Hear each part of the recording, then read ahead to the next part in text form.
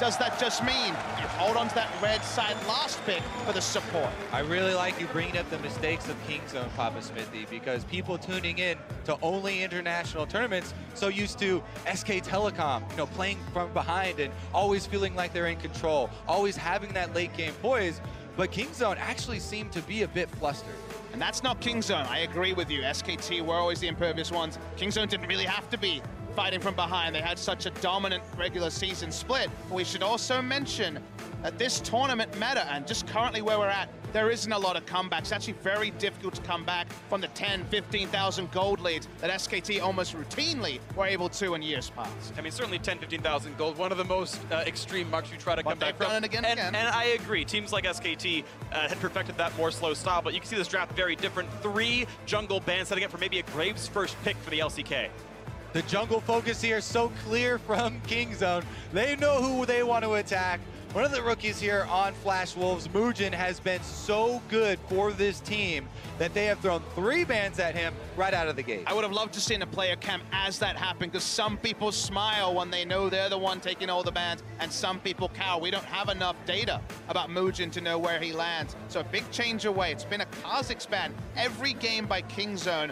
Graves, that was banned by them previously. The Malzahar, the other ban that had to be foregone, of course, with everything changing with the switch from red to blue side. Yeah, a lot opening up in the solo lanes because of this switch in focus and this switch in strategy from Kingzone. Now they're still going to stick with the Ezreal into Kai'Sa matchup. They like that one. And of course, you go by pick rates. Moojin will go for a Trundle here. He's actually played it 4 times already at MSI. He's actually most played for what that one's worth, so we'll see if that's one that Kingzone are happy to give away. Exactly. The Trundle and Olaf's kind of the trade of junglers that has been left up here as far as the high tier. And that is a trade in tempo. Usually Olaf, especially if you're able to innovate, if your team is well set up to start you with a good early path, can try and take advantage of a Trundle early. The crowd responding to the Evelynn hover here. I think the Camille would have been a very interesting discussion point. Wait and see what the decision is. They go for a very early Braum. It's looking at the Tahm Kench, remember, is open, and they do take the Braum here and decide, let's go roll back this bot lane to the Flash Wolves. I think Kingzone is saying, if we can have pushing, if we can have control in the 2v2, if they're on Kai'Sa, we can play our early game plan, and with a Taliyah lock-in, the early game plan is coming together. Definitely agree. I mean, SwordArt on the Braum last game was extremely good, but you can see no hesitation from Kingzone. Immediately go for the Trundle, immediately go for BDD's Taliyah. Feels so comfortable on taking control mid and then moving across the map with this champion. We'll see if they can actually execute though. And Flashwell is going to wait a while on their jungle pick. They can potentially withstand now 6 jungle bans. Oh, Yasuo shows up, and you'd have to believe it's for the mid lane matchup here. Though Maple has yet to play it at MSI, I don't think you blind Yasuo top for any reason, unless he somehow miraculously shows up into a good matchup. But still, gonna be exciting to watch.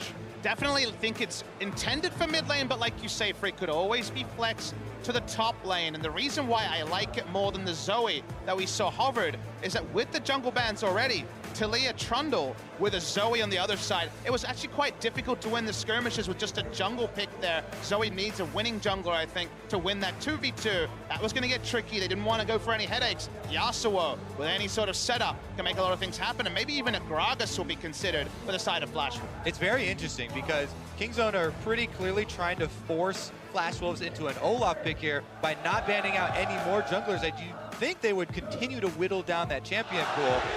And they've kind of left this matchup open. Even though Moojin hasn't played it here at MSI, he does have a lifetime 3 professional games on Olaf with a decent KDA, so he's very well equipped to take the champion if they really force the issue. If you need any more obvious, yeah, they're like, please, it's with the Olaf. Sejuani ban. Well, the only Sejuani who's seen since the group stage started was a support Sejuani. And of course, we've seen Zach the champion as well, but doing so would see a lot of early pressure. Zach, very frail in the early levels, takes a lot of damage here. So Lee Sin will be what Moojin moves to here. Another early game pressure jungler has a knockup on the kid as well. So still something to bring out here to have early pressure and set up Maple's Yasuo. Everybody loves a good Lee Sin, Papa. And the kick is something that he can set up Yasuo with. You mentioned the Gragas, but Lee Sin can be right there with him. It is, of course, a frustration for Kingzone because they thought they'd shut down a Lee Sin when they played RNG in the group stage, and then lane ganks was still the way. for MLXG to take that game over. Now we're looking for Kingzone to round out the job. They thought they'd be invading an Olaf. They thought they'd be invading a Zac. The plan has changed. Let's see what the draft changes for Kingzone.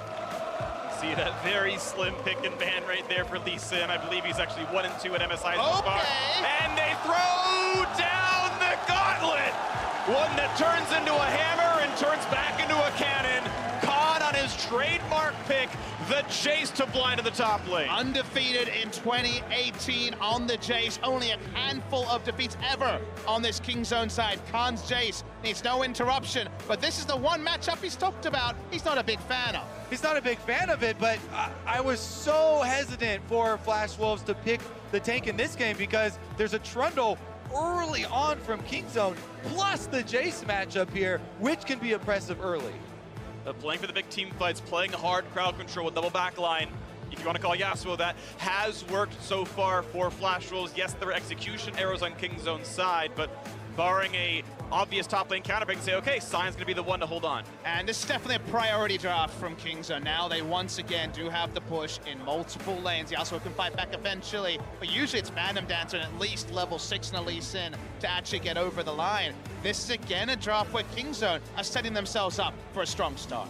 Definitely true, and a lot of it is going to come down to Khan's Jayce, the iconic champion you associate with this player when he is smashing all top laners in the world. Can he do it here against the Flash Wolves at MSI, where he has had a rocky tournament? It always feels like the Jayce in this matchup has to put so much effort and never let up on the gas, never let up on the pressure, never let up on the harassment in order to actually utilize this well. Well, I have 2 NA casters with me, and you guys know all about NA Jayce. We've been conditioned to not approve of that matchup. And I've been conditioned to get excited when Khan locks in the Jayce. He is on his trademark. He will have his work cut out for him, but again and again, people have walked up and tried to contest the Jayce. They've all failed. Interestingly, Hanabi's been one of the few players who has been able to stand up to Khan. He's looked great so far in this tournament, bringing up Yasuo himself as we get ourselves into game number 3. Exactly. Hanabi with his iconic Yasuo pick was able to hand it to Khan. Will Khan it's a bit of a new be able to do the same? I mean, he did it when he was a solo lane, mid lane player. All right, let's take a look though. Maple now going to be the one to have a Yasuo in his hands. And again, this has been a counter pick that has merged over at MSI. If people haven't been seeing the Yasuo into Taliyah, trying to use that mobility, especially with a jungler like Lee Sin, you can threaten kill pressure on the mid lane, and warding becomes very, very important. Here we go, the level 1 invade is actually circling around. You see basically every blue side team make this same invade. It almost seems like the blind top side invade is the safest level 1 for a blue side team to guarantee a strong quadrant of the map. So once again it happens. Very deep vision answered by Flash Wolves. Get any information but a re-entrance to the red side jungle for Kingzone. So both these red buffs spotted, and looks like Moojin's going to sit on the red buff himself and will not be answered too easily. Nice little bit of damage comes out. Yeah, it's hard to dodge Taliyah's spells if there's no minions around. Usually you'll see the Yasuo using sweeping blade. Oh, Prey is going to go for a Q to help. He's walking right on top of the champions. He might not have a way out. The stun is on Ignite as well. There is no escape, and Prey goes down.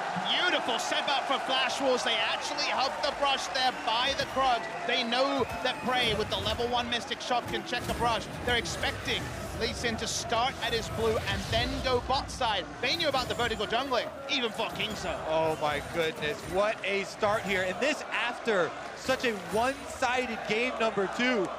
You can hear even the crowd behind them, everything channeling their power for Flash Wolves.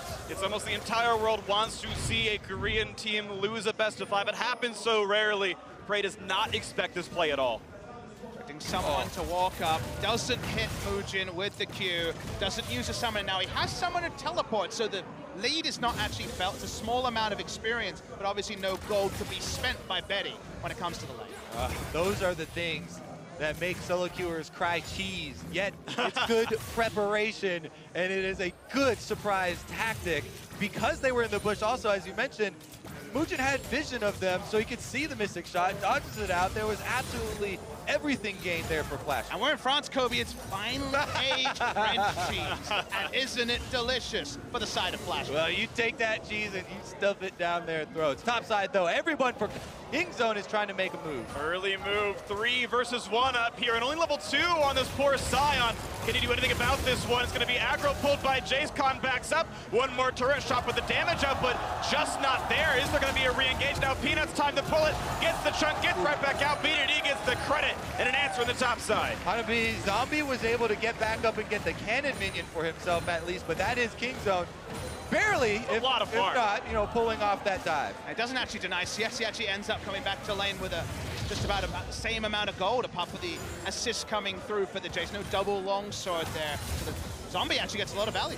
Yep, definitely one of the pros of playing Sion and getting dope early on. Flash Wolves still with the decent gold lead here, holding on to the extra gold from their first blood. Let's take a look at this dive one more time. We can't even repeat what Khan said about facing Sion as Jayce. It's not broadcast appropriate. We know about the extra tankiness that Sion will always have. It's well executed by Kingzone, and yet they still need to use extra things like the flash from Peanut to actually pull it off, because Sion, he doesn't go down without a fight. Right, they're not unable to take him down in the first attempt, so they drop tower aggro, able to reacquire it onto Peanut, who has flash. The jungler willing to utilize his to get out of tower range rather than having someone else like BDD, you know, more vulnerable laner spending theirs for it. And speaking of reacquiring, though, the time to go back top lane could be now. Hanabi is summonerless. There's still double summoners for Khan. BDD on the way up, but does it matter that he knows there's good damage coming through? BDD still walking up. The Trundle coming in as well. They finally decided to turn it around, but does Sion even get to play League of Legends anymore? Really love how the observers pulled out and highlighted the ward, because another 4 or 5 seconds, it's definitely a kill. Just the extra information there allowed him to start walking back as if he had the map hacked. So it's a forced recall and a walk back to the lane. Khan can shove that in without much of an issue. But even then, Flash will at least get some kind of answer with the jungler spotted topside twice in a row. They get the chicken steal here. Maple definitely the mid laner you want as a jungler. He helps out with almost every Raptor steal for Moojin. And Moojin repaying in kind.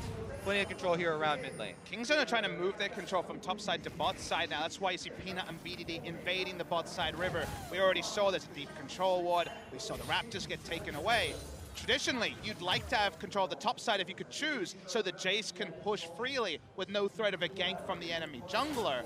Now they're at least playing around with playing both sides of the map. And BDD was the one to get the last hit in their top lane move as well.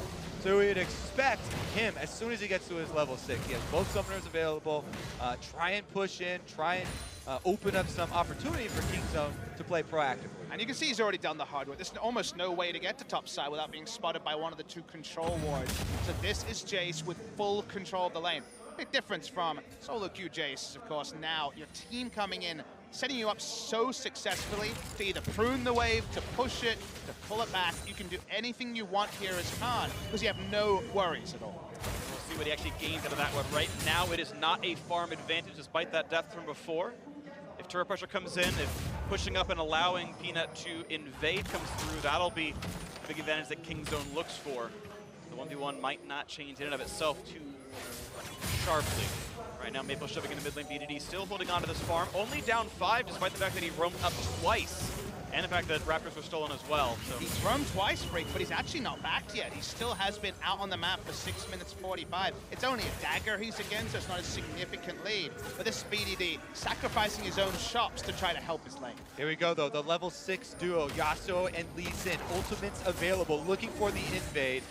Peanut sees them on the control ward, but again, this is a 2-level advantage currently. 4 people down here. Teleport not available for either top side, so 4 is the only number you really need. The deep ward comes down with the red already taken. Flash just a little bit slow to the invade. Time was wasted. Ended up being too late, like you mentioned, Phreak, and that means they can try to fall back to the Drake. They feel like they should have got a bigger advantage given where the levels were, but they were a step behind the play. Yeah, Peanut happy to get away his own red, but again, Moojin takes down the Cloud Drake, gonna add that extra move speed here for Flash Wolves to try and react across this map. Cloud Drake will not be contested as the bot lane keeps the pressure on, so Flash Wolves gets that one without too many issues.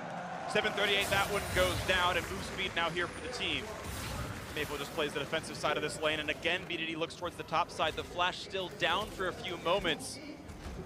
And Hanabi actually has to run away from this one. That's even a delayed recall, so that top lane pressure now is pushing forward. The farm lane's pretty big, but now look to the bottom lane. Killer Instinct in. High damage on a prey. That's going to be the knockup. Godfish Lee Sin takes down his believers. And he lays it down into the bottom lane. Prey not going to be on the map. Full bottom lane control yet again for Flash Wolves, allowing this Kai'Sa not only to scale, but to dance as well. Everyone is feeling it. Execution beautiful there. Flash for the kick, then went into the queue. Top side, trying to answer as well.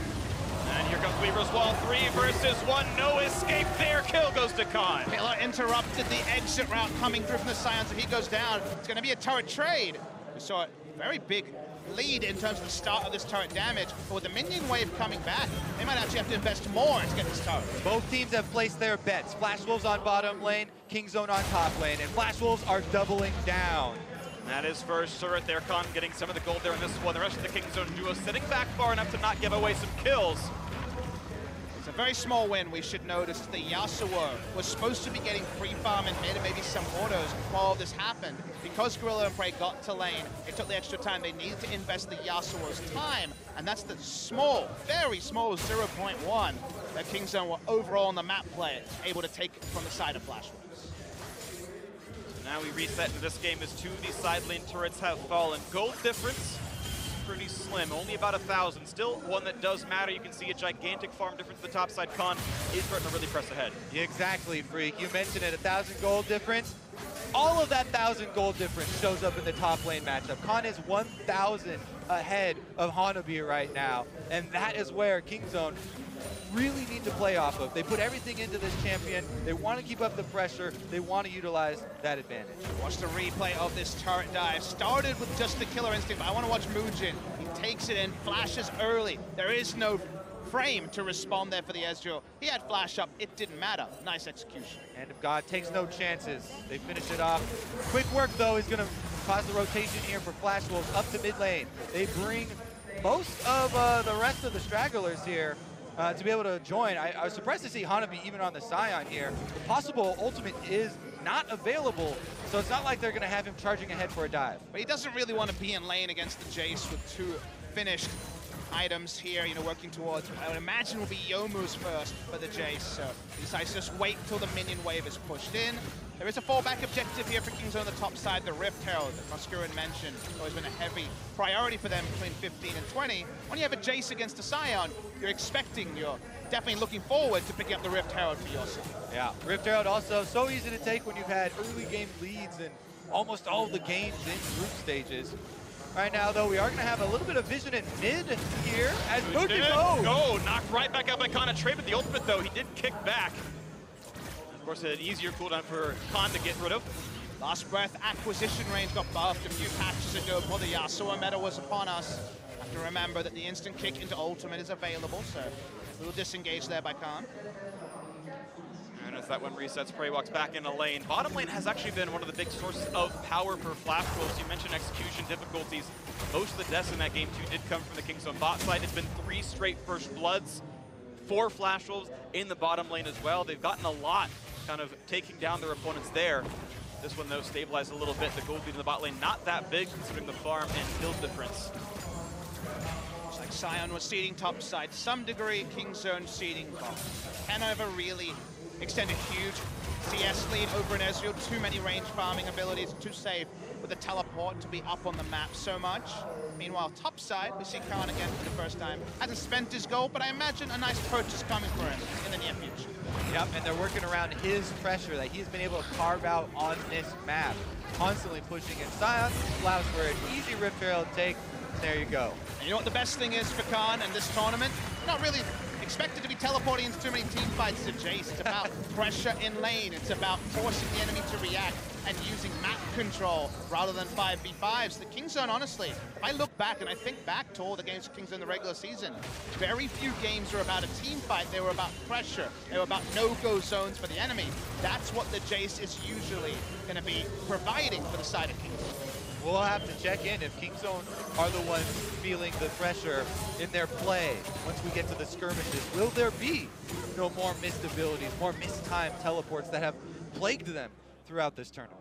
Papasmithy, you mentioned no-go zones. We're seeing the map be split up a little bit. Red buff steal coming in soon for the top lane with that Rift Herald grabbed as well. You saw the same thing in the bottom side, though. It's Betty and SwordArt ahead on the 2-1-2. Now actually switching the lanes around as they've put Maple down here once they've already stolen that red away. And in 35 seconds, as Cloud Drake spawns, Flashwolves got the first one already from their bot lane pressure. We'll see if they get more of these Drakes stacked up as a result of that as well. Their item timings right now to dwarf what Kingzone has put together. We've seen BDD piece together items going for odd back timings. Eventually we'll have an Archangels coming along, but there is Phantom Dance. There is already a Rage Blade. I think Flashwolves are team fight ready, especially in the 4v4. Rakan, his item lead is not about team fights, so that means the Kingzone need to be respected. Yep, Flashwolves rotating their duo up through the river here, trying to fight for some vision, and this could be the side of a little bit more. Oh, they might catch out Khan. A good flash gets him to safety despite the pillar. For partial disengage, but that's now a big summoner down from a very squishy top laner. Look at all this pressure now. They can look for this turret. Yeah, that's going to completely zone them off of this top lane turret. Flashwolves is going to take another outer. And that doesn't usually happen because they saw the Trundle. They knew Rift Herald couldn't be summoned in another lane straight away. They eventually pushed from the turret, waiting for the Rift Herald summon here from Peanut. Will be used in the mid lane to draw Flashwolves over. And no one's bot lane as well, so BDD able to shove the wave in, and no one's grabbing that farm here, but it's the collapse on mid instead. BDD is walking up. Going for the Drake actually alongside his jungler. No flank matters. It's definitely a good sleight of hand here from Kingzone. They dropped the Rift Herald only to drop back to the Dragon objective, not exposing themselves for that engagement the Flashwolves are looking for. And this all comes back again from Jayce getting jungle patrol, triangle of control wards, taking the turret and the lead and the Rift Herald that's forced Kingzone to trade up. Flashwolves haven't been able to trade up because that extra variable has been expertly used by Kingzone. I really like that last set of movements from Kingzone. They move across the entire map to be able to outmaneuver Flashwolves and be able to take that dragon. In the end, though, Flashwolves return to the top side and they're going to be trading turrets. Yeah, you're seeing another example of outmaneuvering, though. This is 3 waves in a row lost on this bottom lane that Sion can't touch right here, as Flashwolves are, though, as you mentioned, able to trade turrets. This is actually a really hype trade. It won't be too many people at home, but what we see is the team comes together, takes a turret on the side of Kingzone, and solo gold goes over to the side of Betty on the top side. They know what Flashwolves want to do. They want a team fight, whereas Kingzone, they're trying to extend them and get the objectives of the team. They know they're not going to 5v5. Flashwolves are being caught in transition here, though, while Kingzone are doing work with every second of those champions. We just saw Maple on the Yasuo, back and forth between mid lane. Moojin as well as SwordArt just kind of walking between the turrets, not really getting any sort of objective done, whereas Kingzone, the plan is clear. Now it's mid. The wall is up, stopped down by the wind wall, but there's still going to be the chance of the turret going down. They're going to get yet another one. Teleport comes in, Hanabi wants in. How is this fight going to go? And Pillar completely stuffs him, and the hype train goes back off the tracks. To see Peanut smiling, second time a pillar has stopped. First an escape from Hanabi, and now also a collapse. They're able to once again go back to extending the map with no casualties whatsoever. Teleport coming in to defend this turret, though. Khan off of the wings as well. Oof. A chunk down on Maple, and over the last 3 minutes, Kingzone has taken so much more. A good dodge to the side, but flashless. This is going to be a kill. Last breath is in, and it's just that for Khan, his first death of the game. Flashwolves finally grabbed something to give them some momentum on this map. If it wasn't for that, as you were saying, Phreak, I was chalking up the objectives here. It was Kingzone, 2 turrets on the bottom side, plus the Elemental Drake, plus the turret in mid lane. Reminder to Khan, if you're gonna die, I want to see isolated deaths. No walking around to try to poke in mid lane and then die. He put down an EQ and died because of it, because his flash was down. He needs to be in those side lanes. Just decides to try to help the team with a morale boost and getting a chunk on Yasuo, and gives up his life. All right, let's take another look at this replay. Khan fired off that shock blast, and it angered the Flashwolves, even though he sidestepped the Lee Sin Q. SwordArt able to land his own on Braum, and that's enough to allow them to close. I actually spent 3 ultimates on that. You actually saw the Lee Sin walk behind and go for the kick as well, just to really, really make sure Khan was going down. If Kingzone had been staying out of reach for the past 3 minutes, outmaneuvering them around the map, you can definitely see why they'd be willing to throw everything they have at the wall. Yeah. Catharsis for sure. Well, we've reset the map once again. Still 4-2 in turrets. Kingzone outmaneuvered around the 12-minute mark, getting that Cloud Drake unanswered as well. Flashers have to realize that they have given up a lot recently. Just that one kill kind of marking something positive for them. We reset back on the map. This gold lead 1,500. Pretty sizable on the Kingzone side. Something to be happy about if you're a Kingzone fan. That Jayce working very well. A 40 farm lead. Part of a lot of these turret kills now. This fight in the top side is Maple looks for a little something, but it won't be too much. Hide behind the wind wall. Big issue for Kingzone when this game goes along is that they will clearly want Jayce in the side lane against Tyrants. Going for Black Cleaver, second item here. Watching Peanut be chased down. Should be able to back away. Here we go, though. Ooh, nice knock up there in the front line. Maple could be falling, but gets to go back. A quick jump towards SwordArt, goes right back to the team. The Jayce is going to be in. A huge knockup. There's the re-engage, but Maple is down. However, it is a trade. In the back line, BDD grabs one on the Taliyah. This fight continuing. Frey will drop now. 3v3 on the fight. As a lot is still coming through. Buddy with the red buff looking for a bit more, but they're running out of teammates. This Sion going to be chained down. This will be a 4-for-2 advantage over to Kingzone. Kingzone get a tremendous amount of kills here, but there are no objectives on the map for them to take. No one can get over to that bottom minion wave. There's no dragon. Nothing is left for them to game afterwards. And I love that you start with the sobering, but I'm going to look at the elation for the Kingzone players because they haven't drafted for Fiber. They haven't drafted for these scenarios. Watch BDD this fight. He puts out way more damage than you would expect on a Taliyah in one of these scenarios. It goes along. It looks like it's going to be a disengage. They go for the re-engage, and Taliyah is free hitting the entire time. Yeah, we're able to start it off here with Gorilla on the Rakan, keeps Maple in check, but then, there it is, Papasmithy. BDD starts with damage to start, then actually uses the Weavers Wall in combat to get to the back line. So while they take down Bray, you've got effectively another ranged AD in the Jayce. Taliyah free hitting as well. Very well problem solved by BDD. Difficult to put out that much damage, even though the wind wall was in perfect spot in the middle of the fight. In the end, they get a 4-for-2 to get some more money in their pockets. Look at that. 4,030 damage when the wind wall was perfectly used. It's insane for a Taliyah in a team fight like that. And some of that is Maple getting chunked at the very beginning and dying, just getting only last breath off. Certainly, mid lane difference was a huge deal in that fight. Flash will need a lot more out of Maple if they want to win this game. Yasuo, their mid laner, highest level, needs to get stuff done. Now the stakes have been raised, though. We talked about how empty the map was after that last victory for Kingzone. Throw another Cloud Drake onto there, throw Baron onto the map, and the next team fight will have long-reaching implications. Third Cloud Drake spawning right now. They're both tied 1-1. Vision control could make Gorilla a target. Slowed down. Here comes the rest of the team. Jumps back to the squad. And yeah, finds his escape tools. Not a problem there, but he's now missing a couple of cooldowns. Flash is once again playing with the Fog of War, looking at what wards might be around. Some damage to this Cloud Drake. Very hard for them to walk up like this. Jayce reveals himself. Bot lane, they know that a kick could just spell doom and a Yasuo ultimate. So very, very tricky to actually contest vision when Jayce doesn't want to be grouped 5v5. So many summoners burned in that last fight as well. The carries gonna have to play a lot more carefully. Here we go, the Dragon being started up. It gets burned down very quickly, but they're on to Hanabi on the top side. Hanabi might be okay trading his life for a Drake, but the Drake resets anyway, but quickness being burned on Gorilla is actually a pretty important cooldown to miss out. The AoE ground control is gone. Wall cut off by Wind Wall, but that means they don't have that combat tool, so Cloud Drake will be picked up. The poke out from Khan as well, and Kingzone yet again find the way to outmaneuver their opposition. They're able to chunk down Hanabi on the top side. They use Gorilla's engagement to get a huge chunk and then attempt the Weaver's Wall to cut them off. In the end, Drake acquired mid lane push as well. Down, oh, not gonna back on this one. Didn't even mention it, but we see Wind Wall and also the Braum Unbreakable, the two tools that short the wall from BDD. It's why, once again, his role in the last team fight was so strong. But when it comes to the objectives plays, they're usually so clean. Weaver's Wall behind the turret, take the turret, that's gonna be hard. SwordArt really aggressive at the front, finds a double knockup. Is there gonna be the re-engage they need though, because the squad is coming in for this fight. Moojin, will he find the kick? Goes for the Q into the back line. The knockup, but it only gets onto one as the team disengages. Maple exhausted, forced to run. One hit will kill him, and Gorilla claims that one, so now it's a 5v4. Kingzone look for the re-engage. They find Benny. Khan gets the kill. Now on to Moojin. He's running for dear life. Can they find the crowd control? Looking for a teammate to jump 2 Qs to the Wolves. Of course they're on his team. It's in the name in the first place. Just back to the squad. Out they go. Not a further knockup. Still a 2-0 for Kingzone. And this time around, Baron is available. Kingzone can transition over and hold this vision advantage. Will Flash Wolves drop too close? The defensive flashes there actually worth the lifespan for the side of Kingzone. Allowed them to turn on, but now we're at Baron. See how the Baron setup is here. Moojin is lurking.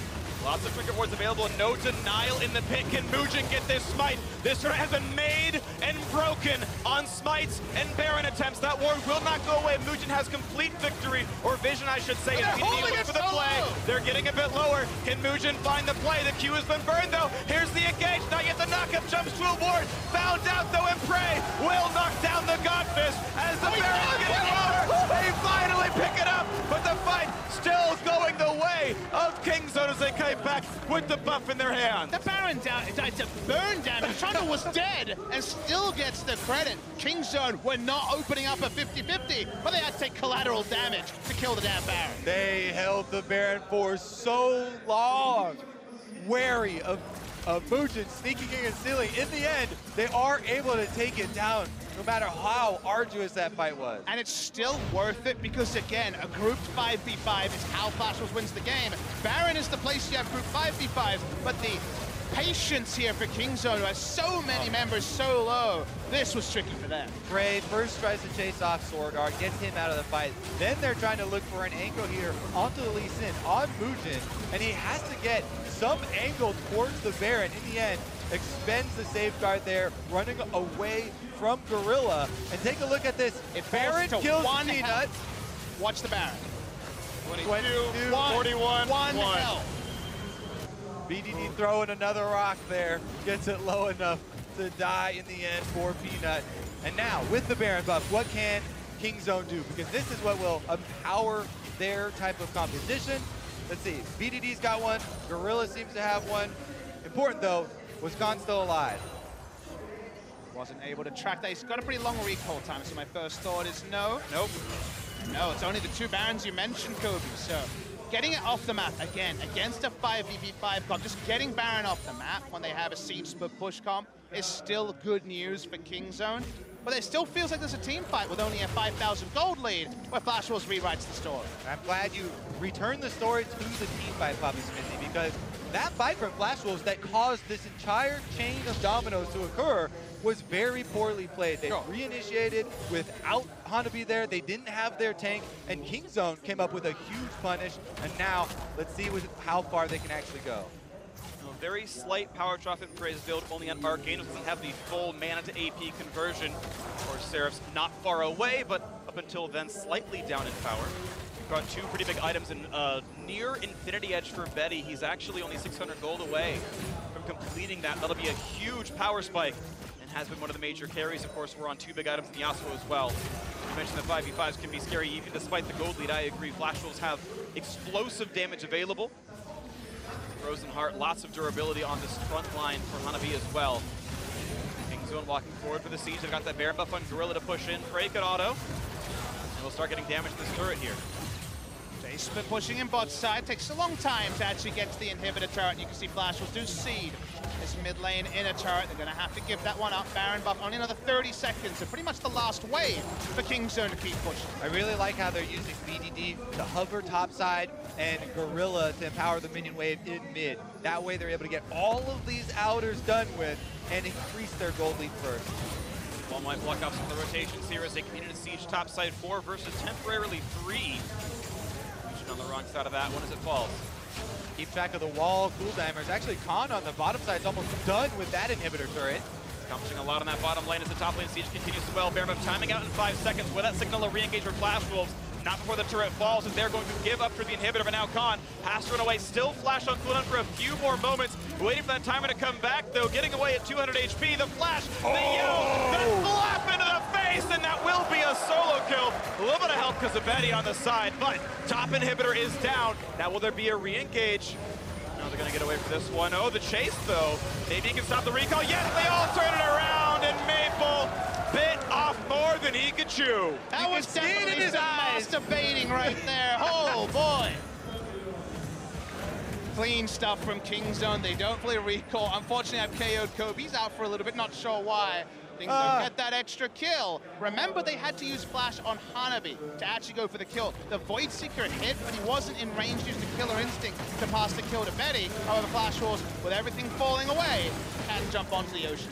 Yeah, they'll take the consolation prize down here, but Kingzone very happy with the work that they were able to get done. during that Baron. And you can see it in his eyes a long ways away, Papa. He can use a minion wave to chase, but that's a classic yasuo right there. That second dash. Oh. It's like, they'll go ahead and recall. They're going to finish the recall, so I'll get my chase down. Yeah. But no, they cut it off, and now they're looking to cut off the last inhibitor turret as well. Siege is here in the mid lane. A quick channel for Hanabi. Can't find the engage just yet. It's slow on the Peanut, but no hard push just yet. Sion's got to hold the front line. They need a good ultimate. That last breath could make the back line die with a good kick. Moojin needs to be the facilitator for that. They know teleport's on Jayce, otherwise Sion's actually going to come from the backside. All right, teleporting with a play, but Weaver's wall is in. BDD to stop him, and actually immediately cancels the unstoppable onslaught. There's the knockup. They've isolated Sion. He will drop, and there's going to be the backline access. Killer Instinct did what Maple could not. This is the huge fight for Flash Wolves. BDD falls. It's 3 for 1. What a battle! And Hanabi sacrifices his life to force the 5-on-5 team fight Flash Wolves needed to stay in this game. Moojin still got into the backside, got the kick, and that's all that was needed for the Killer Instinct to follow. They're going to roll through and probably get an inhibitor here.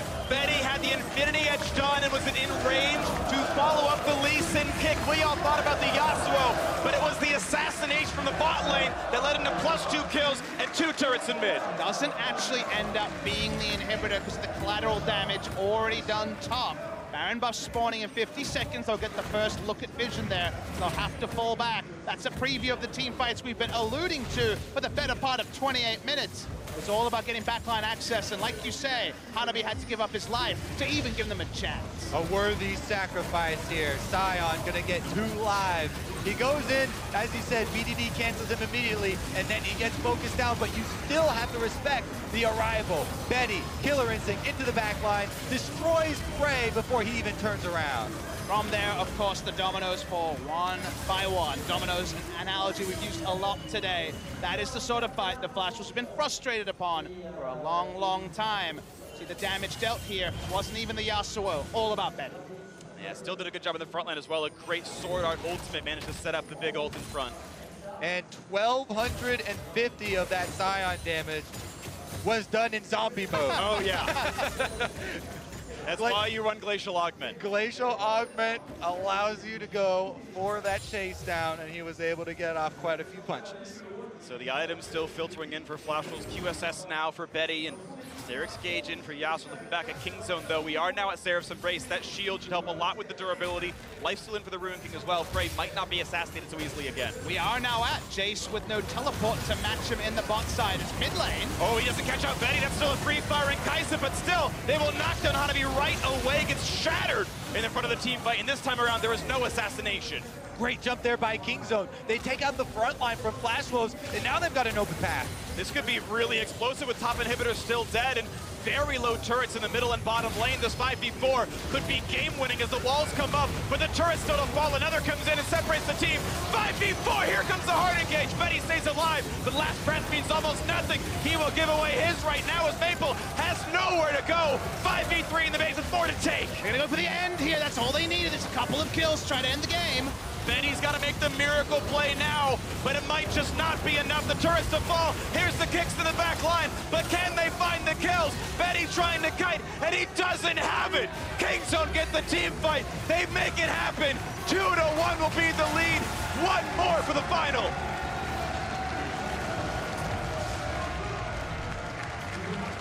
Man, did they have to work for it in this series, but Kingzone are going to move up 2-1. Kingzone we trust. Read one of those fan signs. This is the comp that has been their bread and butter ever since Khan and BDD came online on this team. Even before Peanut joined them this year, they were all about winning with that Jayce. It still was the prototypical Jayce game, but that one failed execution in mid lane was the sort of thing they were avoiding the entire game. They only really had one mulligan this game.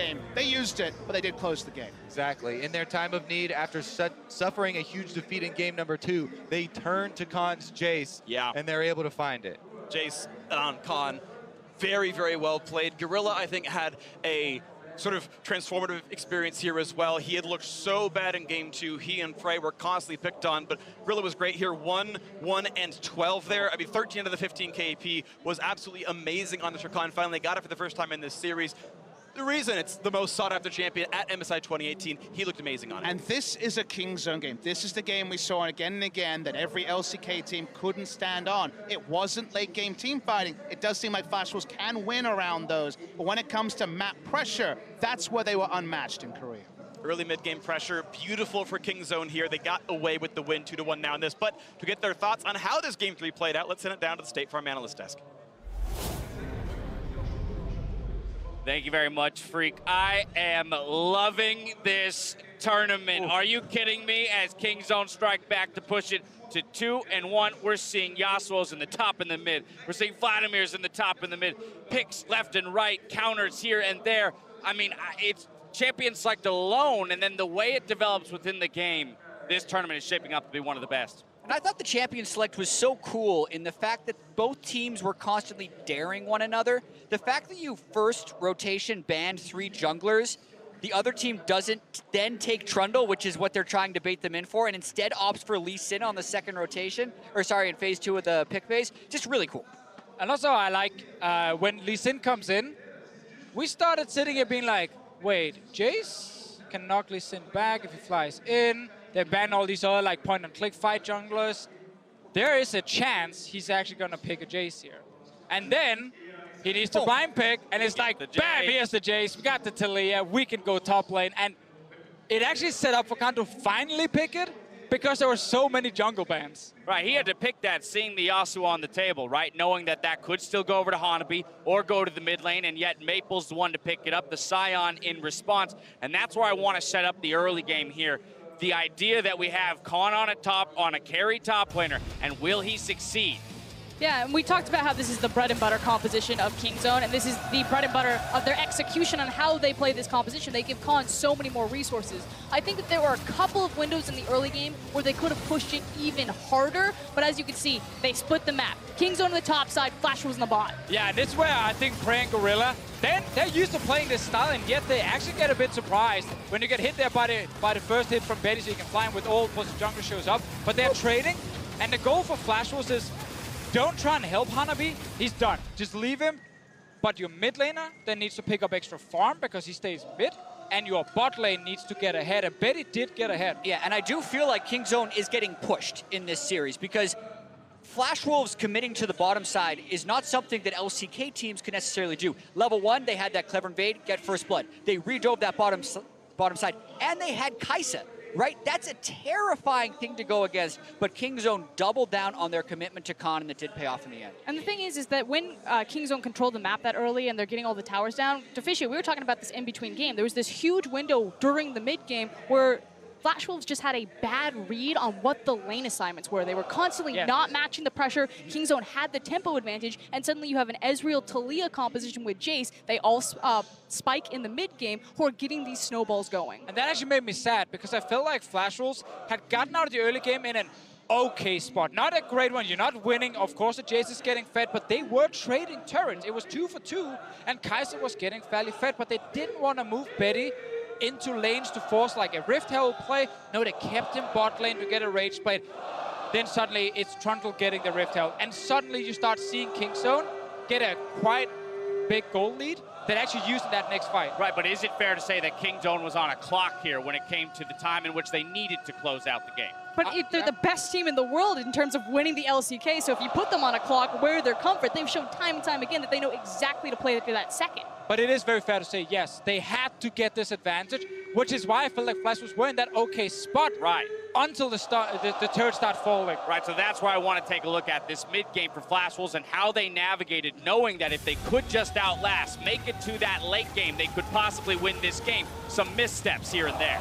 Yeah, you can see Flash Wolves outnumbered at the start of this fight. The teleport from the Sion is a little bit late, and this is another reason I don't necessarily like Cinderhulk Lee Sin. They don't actually have the burst even when they land the combo on the squishy person. He's at 75% health. They fully committed in. They don't have their shields or their front line in the right place, and the fight just falls apart. Yeah, this ends up being such a huge part of the game because it leads to this Baron setup. And here, we were like, okay, oh, this was ridiculous. There's no control. If this Sion, by the way, goes into the Baron pit, Dash, we were talking about this during the game, and gets his passive up, look how low they are. So they're not going to be able to do this, but all of Flash Wolves are like, we're kind of dancing around, hoping maybe we can steal. Get in there, fight them. They're going low. Did you realize that the dead Trundle actually got the last bit of damage on the Baron? He didn't have red buff. It was at 1 health. And then I'm pretty sure that Talisman Burn from his jungle item is what took it down. Oh my goodness. Just get in that Baron pit. You gotta stand past this. Yeah, I mean, yeah, we talked about it. There were probably many different ways that Flash Wolves could have played that moment, but of course that is what it means to play in an intense best-of-5, a semifinal on a world stage. You're not going to make optimal plays all the time. That said, to further drive home this point of the clock that Kingzone was on and the capability that Flash Wolves could have in winning late-game team fights, I want to push us forward to our 28-minute replay. This one does go in favor of Flash Wolves. Betty showing why Kai'Sa is such a strong pick. And Prey plays this as well as he could have possibly done so. He almost gets out of this, but it's Moojin that follows him all the way through that then allows Betty to get into the back line. And we're pausing the replay here on purpose to highlight one really awesome thing. Everyone right now is looking at this knocked up Trundle and where's Yasuo going. No one is thinking about Betty.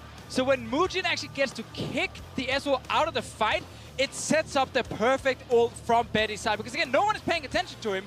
So when we roll it, notice when he jumps in, he actually gets an isolated 1v1, and everyone else is in this massive pit looking at the Yasuo ult, and that's why Flash Wolves can win it. Sadly for them, because they are down. Even if you can take this one fight, if you lose the next one, which you guys can probably see from the little spike going back up towards the end, well, then you lose the game. And unfortunately, it was kind of key situations on different members. It was the top laner Hanabi in the very last team fight, you know, that Sion getting taken down early, suddenly they lose the frontline tank, and Kingzone could just rock into the Nexus and take everything. And also Maple getting caught repeatedly right in front of the Baron. Just two little instances that really turned the tides. Yeah, Flash Wolves actually felt like they were on the clock for some reason. Like which they can scale. It's because I think Kingzone was applying so much pressure to them that it was making them uneasy about how they're going. We talk about the lane assignments. Yasuo needs to be in side lanes getting set up. They were never able to do that. I think if Flash Wolves, they have to go away from, they can't do Yasuo again because they don't have the same level of lane priority that Kingzone has. Then they got one good fight with Yasuo in a 40-minute game. But I would love to see this game replayed with the exact same draft, but Flash Wolves saying to themselves, hang on, we don't actually need to force too many things. We can also use our strong AD carry that we're playing around, move him around and take objectives, because that second replay we show, they're out of the fight. They can just walk it back, but they're like, nah, man, our support is low and our Sion's not here. Moojin flies in, kicks up 2 members, and that's what sets up a Baron for Kingzone later. I'm like, that's so unnecessary. Replay the game, don't make that one play, and you have a much easier time, in my opinion. Well, here's the thing.